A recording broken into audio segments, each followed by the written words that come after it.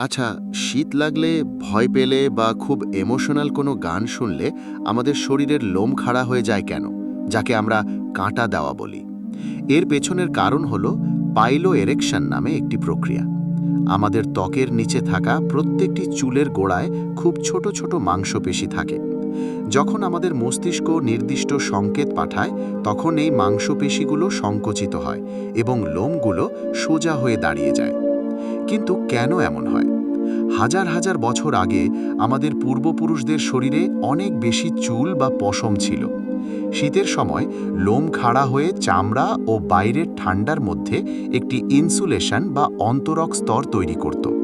আর বিপদের সময় পশুদের মতো লোম খাড়া করে নিজেকে আয়তনে বড় দেখানোর একটি প্রচেষ্টা ছিল এটি।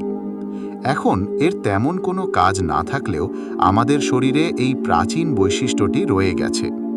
আমাদের চারপাশের এমন সাধারণ ঘটনার পেছনের অসাধারণ বিজ্ঞান জানতে জ্ঞানের আলো সাবস্ক্রাইব করুন।